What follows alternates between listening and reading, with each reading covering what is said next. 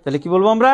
দুইটা ভিন্ন পূর্ণ লবণ জলীয় দ্রবণে সমাণবিক মাত্রায় মিশ্রিত হয়ে যে ক্যালাসন প্রক্রিয়ায় যে নতুন ধরনের লবণ উৎপন্ন করে, এটা ক্যালাস প্রক্রিয়া উৎপন্ন হয়, যে লবণ উৎপন্ন করে তাকে দ্বিলবণ বলে।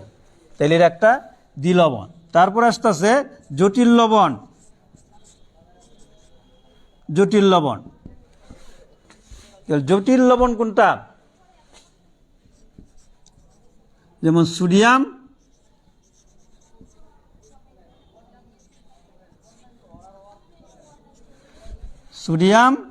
ফেরিসায়ানাইড, এটা একটা জটিল লবণ।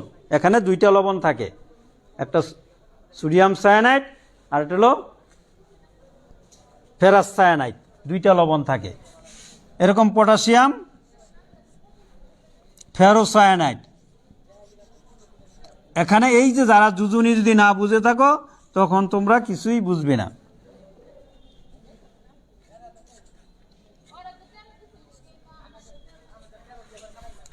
তো এই যে দেখো সংকেতটা কিন্তু একই, FeCN6। যখন বলবো আমরা ফেরিসায়ানাইড তখন তার যোজনী হলো 3, একটা যৌগমূলক। আবার যখন বলবো ফেরোসায়ানাইড তখন তার যোজনী হয়ে জায়গা 4। তাহলে এটা একটা যৌগমূলক, এটা তোমার জানতে হবে। যখন আমরা ফেরি উচ্চারণ করব তখন তার যোজনী হলো ফেরিসায়ানাইড, তার যোজনী হলো 3, আর ফেরো হইলে তখন তার যোজনী হলো 4। তখন তার যোজনীটা পটাশিয়ামের এখানে চলে আসলো, আর পটাশিয়ামের তো 1 বা সোডিয়ামের 1। তো এগুলো যদি তুমি সংকেত না জানো তাহলে এগুলি কিছুই বুঝবে না।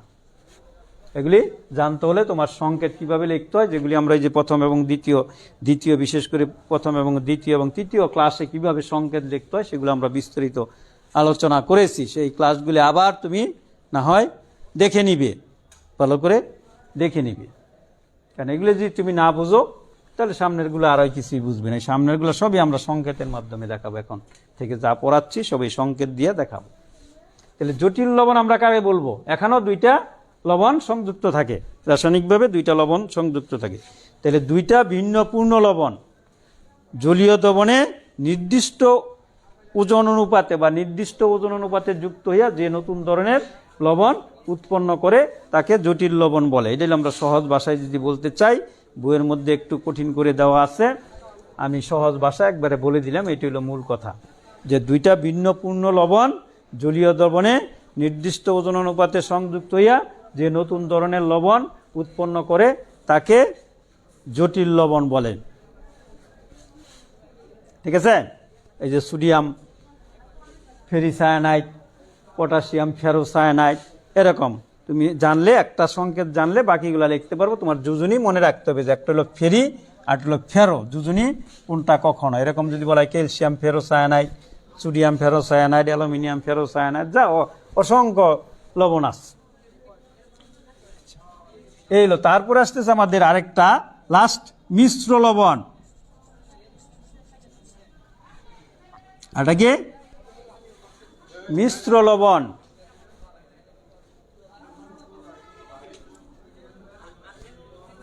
যে লবণের সাথে দুইটা ক্ষারীয় বা দুইটা অম্লীয়মূলক সংযুক্ত থাকে ওই লবণকে বলি আমরা মিশ্র লবণ। যে লবণের সাথে কি থাকবে? দুইটা ক্ষারীয়মূলক অথবা দুইটা অম্লীয়মূলক সংযুক্ত থাকে। যে লবণের সাথে দুইটা, আমরা কি বলছিলাম যে প্রত্যেকটা লবণের দুইটা অংশ থাকে, একটা ক্ষারীয়মূলক বলা হয় আর একটা অম্লীয়মূলক। বাম দিকে যেটা থাকে সেটাকে বলি আমরা ক্ষারীয়মূলক, ডান দিকে যেটা থাকে সেটা হলো অম্লীয়মূলক। তাহলে তোমরা এটা চমৎকার একটা উদাহরণ আছে যেটা তোমরা বাস্তবে অনেকেই জানো কিন্তু সংকেত জানো না বা নাম কি জানো না, কিন্তু নামটা, বাণিজ্যিক নামটা তোমরা জানো, কে রাসায়নিক নাম জানো না। যেমন কে ব্লিচিং পাউডার, চমৎকার নাম, এটা তোমরা শুনেছো সবাই, ব্লিচিং পাউডার। তাহলে এই ব্লিচিং পাউডার কি করে? পানি বিশুদ্ধনের জন্য ব্লিচিং পাউডার ব্যবহৃত হয়। তারপরে বিভিন্ন দুর্গন্ধযুক্ত টয়লেট বা বিভিন্ন জায়গা ওয়াশ করার জন্য এই ব্লিচিং পাউডার তোমার ব্যবহার করা হয়। বাথরুম, টয়লেট এগুলি ক্ষেত্র ব্লিচিং পাউডার ব্যবহার করা হয় সুগন্ধ রাখার জন্য। তাহলে এই ব্লিচিং পাউডারের সংকেত কি? এই যে ক্যালসিয়াম হাইপোক্লোরাইড, এটার চমৎকার নাম, ওই ব্লিচিং পাউডারের রাসায়নিক নাম কি? এটাও তার বাণিজ্যিক নাম ব্লিচিং পাউডার। তাহলে ক্যালসিয়াম হাইপোক্লোরাইড অথবা ক্যালসিয়াম ক্লোরো হাইপোক্লোরাইড। তাহলে এইগুলোর এই ব্লিচিং পাউডারের গাঠনিক সংকেতও প্রায় পরীক্ষায় আসে। তাহলে এই ক্যালসিয়ামের সাথে এটা হলো হাইপোক্লোরাইড, একটা যৌগমূলক, আর ক্লোরিনটা তো কি একটা পরমাণু বা ক্লোরাইড মূলক আকারে সংযুক্ত থাকে। তাহলে এটা বাইঙ্গা লিখে দিলেই হয়ে গেল তার গাঠনিক সংকেত। এটা গাঠনিক সংকেত কিরকম হয়? এই যেরকম ভাবে একদিকে থাকে ওসিয়াল, আরেক দিকে সিয়াল, আর উপরে নিচে যে কোনো দিকে দিলেই হয়। এগুলো এটা হলো তার গাঠনিক সংকেত। প্রায় পরীক্ষায় আসে ব্লিচিং পাউডারের গাঠনিক সংকেত বা সংকেত লেখার জন্য। তারপরে এই যে সোডিয়াম পটাশিয়াম সালফেট, তুমি জানলে তখন লিখতে পারবা। দুইটা ক্ষারীয় মূলক অথবা দুইটা অম্লীয় মূলক। তাহলে এখানে কয়টা অম্লীয় মূলক সংযুক্ত হয়েছে? দুইটা। এই যে একটা, এটা একটা। এটার মধ্যে কয়টা ক্ষারীয় মূলক যুক্ত হয়েছে? দুইটা। এই জন্য এগুলির নাম হয়েছে মিশ্র লবণ। যে লবণের অণুতে দুইটা ক্ষারীয় বা দুইটা অম্লীয় মূলক সংযুক্ত থাকে তাকে বলা হয় মিশ্র লবণ। তো এই জন্য তোমার কেমিস্ট্রি তুমি যদি বুঝতে পারো, যে সংকেত যদি না জানো তাহলে কোনো কাজ হবে না। আর একটা কথা আমি তোমাদের বারবার বলেছি, সংকেত যদি তুমি লিখতে পারো, জানতে পারো, তাহলে সংকেতের কোনো শেষ নাই। অসংখ্য সংকেত আছে এবং তুমি নিজেই লিখতে পারবো। তোমার বলছি যে 50% কেমিস্ট্রি এখানেই শেষ। 50% তোমার মুখস্থ হয়ে গেল, 50% তোমার শিখ হয়ে গেল কেমিস্ট্রি। তুমি যে সংকেত লিখতে পারো, এই যে আমরা আজকে সংকেত লিখছি, এগুলি যারা বুঝতে পারতেছ, যারা পূর্ববর্তী ক্লাসগুলি ঠিক মতো করেছ এবং সংকেত কিভাবে লিখতে হয় সেগুলি আমি দেখাইছি, যে যোজনী আদান প্রদানের মাধ্যমে সংকেতগুলি লিখতে হয় এবং তার কিছু কৌশল কিভাবে যৌগ গঠন করতে হয় সেগুলি আমরা পূর্ববর্তী ক্লাসে দেখিয়েছি। এবং তোমাদেরকে আবারও আমি বলতেছি, তোমরা যদি যারা আশেপাশে আসো থাকলে, আমার যে রেডিয়াম কেমিস্ট্রি বইটা আছে ওটার মধ্যে আমি সহজ ভাষায় লিখে দিছি, সেখান থেকে তোমরা পড়লে সহজে বুঝতে পারবা। যে রেডিয়াম কেমিস্ট্রি গাইড, হাবিজ স্যারের রেডিয়াম কেমিস্ট্রি গাইড বললেই সবাই চিনে, ওই বললেই তোমার দোকানে দিবে। বিশেষ করে রকমারি লাইব্রেরি আছে আর মোড়ে বর্ণলতা লাইব্রেরিতে। এই বই যদি তোমরা সংগ্রহ করতে পারো তাইলে এই বিষয়গুলি এগুলি পাইবা। আর RS প্রকাশনীর বইয়ে কিছু কিছু সংযোজন করছি, সেটা বিস্তারিত সব সংযোজন করতে পারি নাই, তবে নেক্সট এডিশনে সেগুলো সংযুক্ত করা হবে আমার নিজস্ব ভাষাগুলি। আচ্ছা, তাহলে আমরা শিখলাম লবণ কারে বলে, লবণকে কত ভাগে ভাগ করা যায় এবং প্রত্যেকটা লবণের সংজ্ঞা উদাহরণ সেগুলি আমরা মোটামুটি জানলাম। তাহলে আমরা লবণ কি বলছি? পূর্ণ লবণ, আংশিক লবণ, ক্ষারীয় লবণ, দ্বিলবণ, জটিল লবণ, মিশ্র লবণ। এবার আসতেছে দ্বিলবণ এবং জটিল লবণের পার্থক্য। দ্বিলবণ, জটিল লবণের পার্থক্য,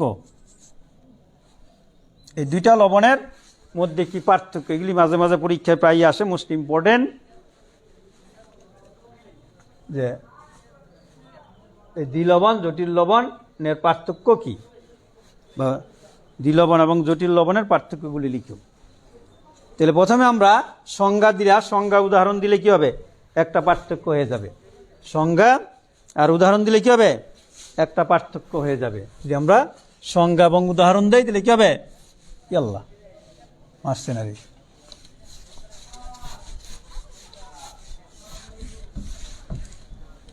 সংজ্ঞা আর উদাহরণ যদি দেই তাহলে কি হবে? একটা পার্থক্য হয়ে যাবে।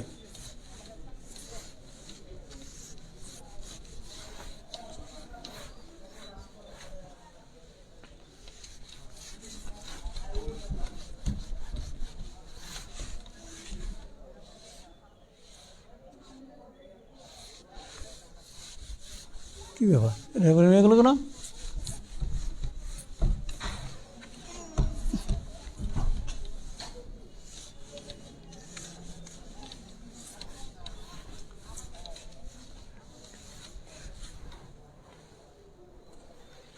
তাহলে আমরা পরিসর্বনা এটা আসলো থেকে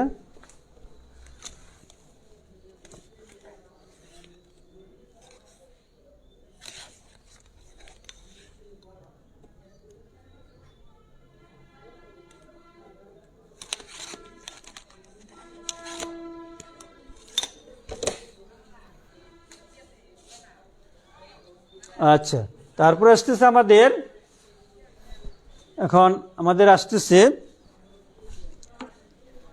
পার্থক্য। আমরা বলছিলাম দ্বি লবণ এবং জটিল লবণের মধ্যে কি পার্থক্য। কেমন হয়ে গেল আশ্চর্য কারবার।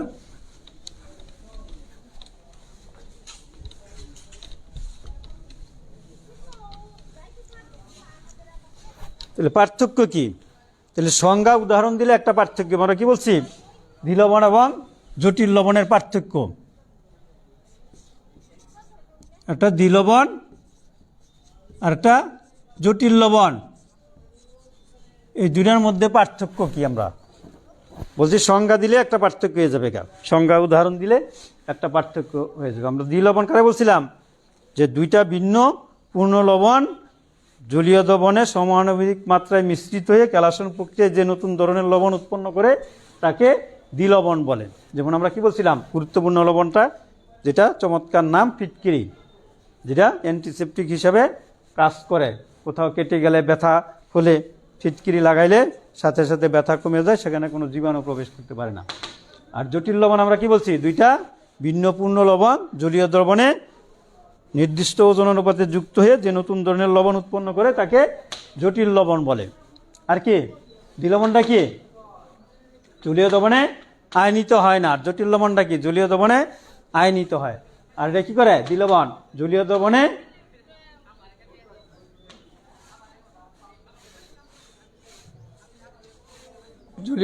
উপাদান সমূহের ধর্ম প্রকাশ করে। আর জটিল লবণটা কি, জলীয় দ্রবণে উপাদান সমূহের ধর্ম প্রকাশ করে না। আর এটাতে কি থাকে, দ্বি লবণের মধ্যে কেলাস পানি সংযুক্ত থাকে, আর জটিল লবণের মধ্যে কোনো কেলাস পানি সংযুক্ত থাকে না। এইগুলো হলো তোমার দ্বি লবণ এবং জটিল লবণের পার্থক্য। আচ্ছা, এবার আসতেছে আমাদের ক্ষারক। এবার কি আসতেছে, ক্ষারক। এবার আসতেছে আমাদের ক্ষারক। তাহলে ক্ষারকটা আমরা কি ব্যাপার এরকম হয়ে গেল কে? তাহলে ক্ষারক আমার কিভাবে আসতেছে, এবার আমার ক্ষারক।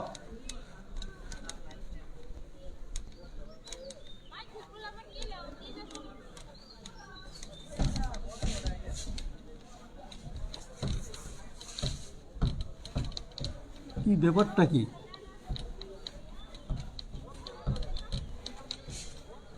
না কোনো এটা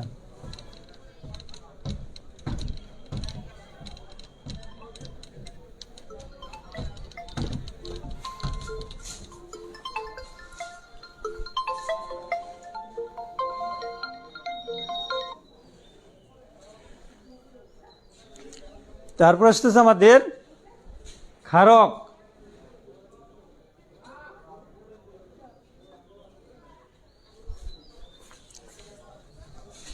তারপর আমার আসতেছে কি, ক্ষারক। তাহলে সহজ ভাষায় আমরা ক্ষারক কারে বলবো, এই যে sodium hydroxide, sodium hydroxide, calcium hydroxide, তারপরে ক্যালসিয়াম অক্সাইড, কপার অক্সাইড, এগুলি সব হইল ক্ষারক। এগুলি সব হইল ক্ষারক। এগুলি সব হইল ক্ষারক।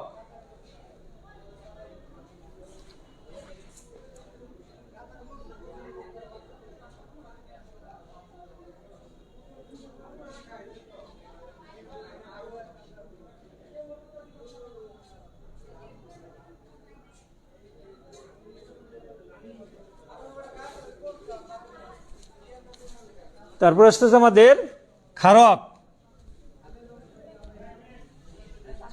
তাহলে আমরা ক্ষারক কারে বলবো, সহজ ভাষায় যদি আমরা বলতে চাই তাহলে আমরা বলতে পারবো ধাতুর অক্সাইড ও হাইড্রো অক্সাইডকে বলা হয় ক্ষারক। সহজ ভাষায় আমরা বলবো যে ধাতুর অক্সাইড ও হাইড্রো অক্সাইডকে বলা হয় ক্ষারক। যে ধাতুর অক্সাইড ও হাইড্রো অক্সাইডকে বলা হয় ক্ষারক। এটা আমরা বলতে পারি সহজ ভাষায়। তারপরে ক্ষারকের পরে কি আসতেছে, ক্ষার। ক্ষার তাহলে ক্ষার কোনটা? এই যে এখানে সোডিয়াম হাইড্রোক্সাইড আর ক্যালসিয়াম হাইড্রোক্সাইড, এগুলি কি? এগুলি হইল ক্ষার, এগুলি হলো ক্ষার। আর বাকি সবগুলাকে আমরা বলি একসাথে ক্ষারক। এই বাকি সবগুলা কি ছিল? ক্ষারক। তাহলে আমরা ক্ষার কারে বলবো? যে ক্ষারক পানিতে বেশি মাত্রায় দ্রবণীয় তাকে বলা হয় ক্ষার। যে ক্ষারক পানিতে বেশি মাত্রায় দ্রবণীয় তাকে বলা হয় ক্ষার। এই যে সোডিয়াম হাইড্রোক্সাইড, ক্যালসিয়াম হাইড্রোক্সাইড, তারপরে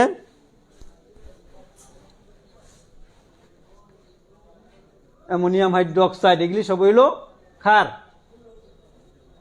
তাহলে যে ক্ষারক পানিতে বেশি মাত্রায় দ্রবণীয়, এগুলো কি? পানিতে বেশি মাত্রায় দ্রবণীয়, এই জন্য এগুলাকে বলা হয় ক্ষার। যে ক্ষারক পানিতে বেশি মাত্রায় দ্রবণীয় তাকে বলা হয় ক্ষার।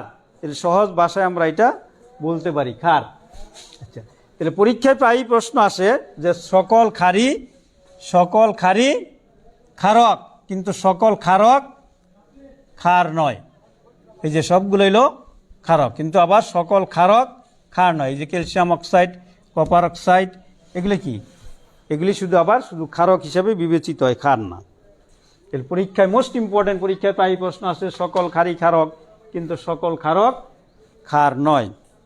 যে সকল ক্ষারক ক্ষার নয়।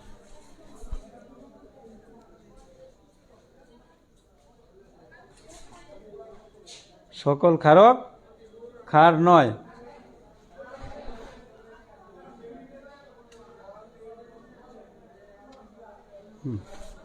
তাহলে সকল ক্ষারক ক্ষার নয়। আচ্ছা, তাহলে আমরা সংজ্ঞা দিব যে ধাতুর অক্সাইড ও হাইড্রো অক্সাইডকে বলা হয় ক্ষারক। উদাহরণ দেখালাম। আর ক্ষারক, যে ক্ষারক পানিতে বেশি মাত্রায় দ্রবণীয় তাকে বলা হয় ক্ষার, সেটাকে বলা হয় ক্ষার। এই যে সোডিয়াম হাইড্রোক্সাইড, ক্যালসিয়াম হাইড্রোক্সাইড। তাহলে সোডিয়াম হাইড্রোক্সাইড, ক্যালসিয়াম হাইড্রোক্সাইড প্রভৃতি শুধুমাত্র ক্ষারক, ক্ষার নয়। কারণ এরা পানিতে বেশি মাত্রায় দ্রবণীয় এবং পানির দ্রবণে কি দেয়?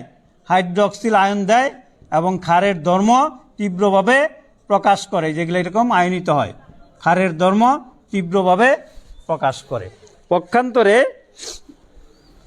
এই যে ক্যালসিয়াম অক্সাইড আছে, তারপরে ম্যাগনেসিয়াম হাইড্রোক্সাইড আছে, এগুলি কি হয়? পানিতে অদ্রবণীয় এবং পানির দ্রবণে এই যেরকম হাইড্রোক্সিল আয়ন দেয় না এবং ক্ষারের ধর্ম তীব্রভাবে প্রকাশ করে না। তাহলে সুতরাং ক্ষার হইলে সেটা অবশ্যই ক্ষারক হইবে, কিন্তু ক্ষারক হইলে সেটা ক্ষার না হইতে পারে। অতএব বলা যায় সকল ক্ষারই ক্ষারক, সকল ক্ষারক ক্ষার নয়। অতএব বলা যায় সকল ক্ষারই ক্ষারক, সকল ক্ষারক ক্ষার নয়। তারপর আসতেছে আমাদের এখানে, যেমন এই যে calcium oxide, magnesium oxide, zinc oxide, এগুলির ক্ষারকত্ব কত? 2। কেন? এই যে calcium oxide, magnesium oxide, zinc oxide, এগুলির ক্ষারকত্ব কত? 2। কেন?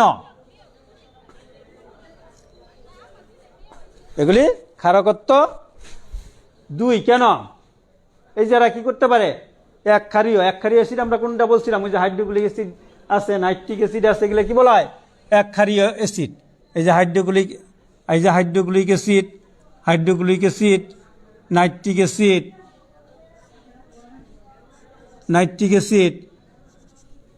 হাইড্রোক্লোরিক অ্যাসিড, নাইট্রিক অ্যাসিড, এগুলো কি বলা হয়? এক ক্ষারীয় অ্যাসিড। এগুলো কি করতে পারে? এই যে ক্যালসিয়াম অক্সাইড, এই যে এক ক্ষারীয় অ্যাসিডের অথবা হাইড্রোক্লোরিক অ্যাসিডের 2 অণুকে প্রশমিত করে লবণ ও পানি উৎপন্ন করে। তাহলে এগুলির ক্ষারকত্ব কত? 2। কারণ কি? এটা এক ক্ষারীয় অ্যাসিডের 2 অণুকে প্রশমিত করে লবণ ও পানি উৎপন্ন করে একটা বিক্রিয়ার মাধ্যমে আমি দেখাইতেছি কিভাবে।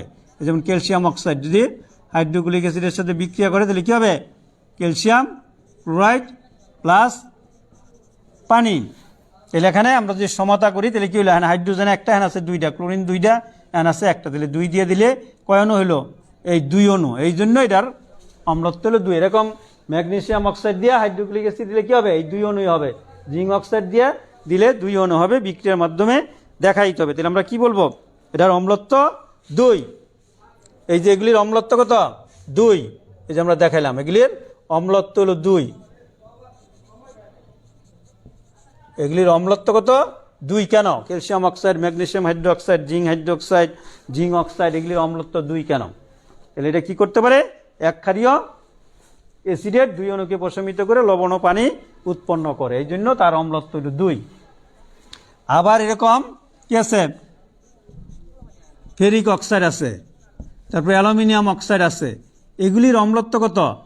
এগুলির অম্লত্ব হলো 6। এর কারণ কি? এগুলির অম্লত্ব হলো 6 কেন? ওই যে তাহলে কি করবে, এই যে এরা কি করতে পারে, এক ক্ষারীয় অ্যাসিডের 6 অণুকে প্রশমিত করে লবণ ও পানি উৎপন্ন করে। যেমন আমি একটা দেখাই দিচ্ছি, যে অ্যালুমিনিয়াম অক্সাইড আছে, এটা কি করে, যখন এক ক্ষারীয় অ্যাসিড কি হাইড্রোক্লোরিক অ্যাসিড যে HCl এর 6 অণুকে প্রশমিত করে, তাহলে কি হবে, অ্যালুমিনিয়াম ক্লোরিনের সাথে যুক্ত হইলে অ্যালুমিনিয়াম ক্লোরাইড প্লাস পানি উৎপন্ন করে। তাহলে এখানে অক্সিজেন কয়টা? 3টা, এই জন্য আমরা এখানে 3 দিয়ে দিলাম। তাহলে হাইড্রোজেন হয়ে গেছে কয়টা? 6টা। তাহলে এই যে 6 দিয়ে দিলে হয়ে গেল। তাহলে ক্লোরিন এখানে আছে 3টা, তাহলে কি হবে 6টা, অ্যালুমিনিয়াম 2টা, ঠিক আছে। তাহলে কয় অণু লাগছে এখানে প্রশমিত করতে? 6 অণু, এই জন্য তার অম্লত্ব হলো 6। এই জন্য আমরা তার অম্লত্বকে বলে থাকি 6। তাহলে কি বলবো আমরা, যেটা এক ক্ষারীয় অ্যাসিডের 6 অণুকে প্রশমিত করে লবণ ও পানি উৎপন্ন করে, এই জন্য তার অম্লত্ব হলো 6। তো এর অম্লত্ব 6 কারণ সে কি করতে পারে, এক ক্ষারীয় অ্যাসিডের 6 অণুকে প্রশমিত করে লবণ ও পানি উৎপন্ন করে।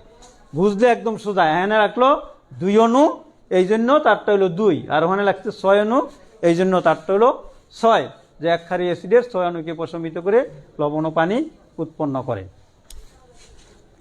তারপরে হলো হইতেছে তো ঠিক মতো। তারপরে হলো ক্ষারকের অম্লত্ব আর অম্লের ক্ষারকত্ব। কি ব্যাপারটা?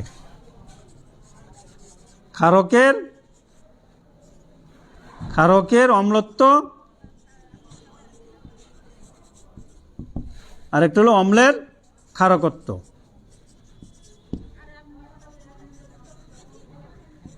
এগুলো ছোট প্রশ্ন মাঝে মাঝে আসে, যে ক্ষারকের অম্লত্ব আর অম্লের ক্ষারকত্ব। তাহলে ক্ষারকের অম্লত্ব মানে কি, যে কোনো ক্ষারকের অ্যাসিড নিরপেক্ষণ করার ক্ষমতাকে ওই ক্ষারকের অম্লত্ব বলা হয়। যেই ক্ষারকের মধ্যে কোনো অ্যাসিড থাকবে না, যেমন এই যে আমরা বলছি ক্যালসিয়াম হাইড্রোক্সাইড, এরকম ফেরিক হাইড্রোক্সাইড, সোডিয়াম হাইড্রোক্সাইড। তাহলে এই যে এটার মধ্যে একটা হাইড্রোক্সিল আছে, এই জন্য তার অম্লত্ব হলো 1। এটার মধ্যে 3টা আছে, এই জন্য তার হবে 3। এটার মধ্যে 2টা আছে, এই জন্য হবে 2। যে কোনো ক্ষারকের অ্যাসিড নিরপেক্ষণ করার ক্ষমতাকে ওই ক্ষারকের অম্লত্ব বলায়। আর অম্লের ক্ষারকত্ব, কোনো অ্যাসিডের ক্ষারক নিরপেক্ষণ করার ক্ষমতাকে ওই অ্যাসিডের ক্ষারকত্ব না ওই অ্যাসিডের অম্লত্ব বলা হয়। যেমন হাইড্রোক্লোরিক অ্যাসিড, কার্বনিক অ্যাসিড, তারপরে ফসফরিক অ্যাসিড। তাহলে এই যেটার মধ্যে 3টা হাইড্রোজেন আছে, এই জন্য তার অম্লত্ব হলো, এই জন্য তার ক্ষারকত্ব হলো 3। এটার মধ্যে আছে 2টা, এই জন্য 2। এটার মধ্যে আছে 1টা, এই জন্য হলো 1। এই ক্ষারকের অম্লত্ব আর অম্লের ক্ষারকত্ব 2টা জিনিস মনে রাখতে হবে। একটা আরেকটা সম্পূর্ণ উল্টা, একটা আরেকটা সম্পূর্ণ হলো উল্টা। এটা ভালো করে মনে রাখতে হবে, যে একটা হলো ক্ষারকের অম্লত্ব, যেই ক্ষারকের মধ্যে কোনো অম্ল থাকবে না। আরেকটা হলো অম্লের ক্ষারকত্ব, যেই অ্যাসিডের মধ্যে কোনো ক্ষারক থাকবে না, তাকে বলবো আমরা অম্লের ক্ষারকত্ব। তাহলে আমরা আজকে কি কি বিষয় নিয়ে আলাপ করলাম? অ্যাসিড, তারপরে অ্যাসিডের শ্রেণীবিভাগ, অ্যাসিডের বৈশিষ্ট্য, তারপরে লবণ, লবণের শ্রেণীবিভাগ, তারপরে দ্বিলবণ এবং জটিল লবণের পার্থক্য, তারপরে ক্ষারক, তারপরে ক্ষার, তারপরে সকল ক্ষারই ক্ষারক, সকল ক্ষারক ক্ষার নয়। তারপরে আমরা দেখাইলাম এগুলির অম্লত্ব কিভাবে ব্যাখ্যা করতে হয়, তারপরে ক্ষারকের অম্লত্ব কোনটা, অম্লের ক্ষারকত্ব কোনটা, এই বিষয়গুলি নিয়ে আমরা আজকে আলোচনা করলাম। এখন তোমরা যদি পূর্বের ক্লাসগুলি করে থাকো, আশা করি আজকের ক্লাসগুলো ঠিক মতো বুঝতে পেরেছ। তো আমরা এই যে বলছি যে আমি আবার একটু সামারি শর্ট করে টানতেছি, যেহেতু সময় আর বেশি নেই। তো কাজেই তোমাদের সামারি একটু টেনে আজকের মতো ক্লাস সমাপ্ত করব। কাজেই আবার একটু মনোযোগ দিয়ে শোনো। ওই যে আমরা বলছি জলীয় দ্রবণে হাইড্রোজেন আয়ন দিবে, সেটি হলো অ্যাসিড। এক কথায় এটি হলো অ্যাসিডের আধুনিক সংজ্ঞা। তারপরে আমরা দেখাইছি অ্যাসিডের শ্রেণী বিভাগ, যে গঠন অনুসারে হাইড্রো অ্যাসিড, অক্সি অ্যাসিড। যেটার মধ্যে অক্সিজেন নাই সেটি হলো হাইড্রো অ্যাসিড, আর যেটার মধ্যে অক্সিজেন আছে সেগুলো হলো অক্সি অ্যাসিড। আবার শক্তি অনুসারে সবল অ্যাসিড, দুর্বল অ্যাসিড। শক্তি অনুসারে দুই ধরনের, যেমন হাইড্রোক্লোরিক অ্যাসিড, সালফিউরিক অ্যাসিড। আর উৎস অনুসারে দুই ধরনের, যে একটা হলো খনিজ অ্যাসিড আর একটা হলো জৈব অ্যাসিড বা অজৈব অ্যাসিড, জৈব অ্যাসিড। তারপরে ক্ষারকত্ব অনুসারে তিন প্রকার আমরা দেখাইছি, এক ক্ষারীয়, দ্বিক্ষারীয়, ত্রিক্ষারীয় অ্যাসিড। তারপরে আমরা বলছি অ্যাসিডের কিছু বৈশিষ্ট্য, যে অ্যাসিড কি করে জলীয় দ্রবণে হাইড্রোজেন আয়ন দেয়। তারপরে কি করে এটা নীল লিটমাসকে লাল করে। তারপরে জলীয় দ্রবণে হাইড্রোজেনের ক্ষারকের সাথে বিক্রিয়া করে লবণ ও পানি উৎপন্ন করে। তো এইগুলো হলো তোমার। তারপর আমরা বলছি লবণ, যে অ্যাসিডের প্রতিস্থাপনীয় হাইড্রোজেনকে ধাতু দ্বারা আংশিক বা পূর্ণভাবে সরায় যে যৌগ পাওয়া যায় তাকে বলা হয় লবণ। সেই লবণকে আমরা দেখাইছি যে 6 ভাগে ভাগ করা যায়। সেগুলির সংজ্ঞা, উদাহরণ বিস্তারিত আমরা আলোচনা করেছি, সেইগুলি দেখবা। তার উদাহরণ সেগুলি দেখবা। তারপর আমরা বলছি যে ক্ষারক কারে বলে, ক্ষার কারে বলে, এবং সকল ক্ষারই ক্ষারক, সকল ক্ষারক ক্ষার নয়, বা কিভাবে আমরা ক্ষারকত্ব ব্যাখ্যা করতে পারি, বিভিন্ন যৌগের ক্ষারকের অম্লত্ব কিভাবে ব্যাখ্যা করতে পারি। তারপরে ক্ষারকের অম্লত্ব, অম্লের ক্ষারকত্ব কারে বলে, সেগুলি আমরা বললাম। দুইটা সম্পূর্ণ উল্টা জিনিস। একটা হলো ক্ষারকের অম্লত্ব, যে কোনো ক্ষারকের অ্যাসিড নিরপেক্ষণ করার ক্ষমতাকে ওই ক্ষারকের অম্লত্ব বলে, আর কোনো অ্যাসিডের ক্ষারক নিরপেক্ষণ করার ক্ষমতাকে উল্টা, সম্পূর্ণ উল্টা। তো এই ছিল আজকে তোমাদের মোটামুটি বিষয়। তো আজকে যেহেতু আমাদের ক্লাস শেষ পর্যায়ে, কাজে আজকের মতো সমাপ্ত করে দিব। তোমরা সবাই ভালো থাকো, সুস্থ থাকো, এবং এই জিনিসগুলি ভালো করে আবারও দেখবে বারবার, তাহলে তোমাদের মোটামুটি আয়ত্ত এসে যাবে।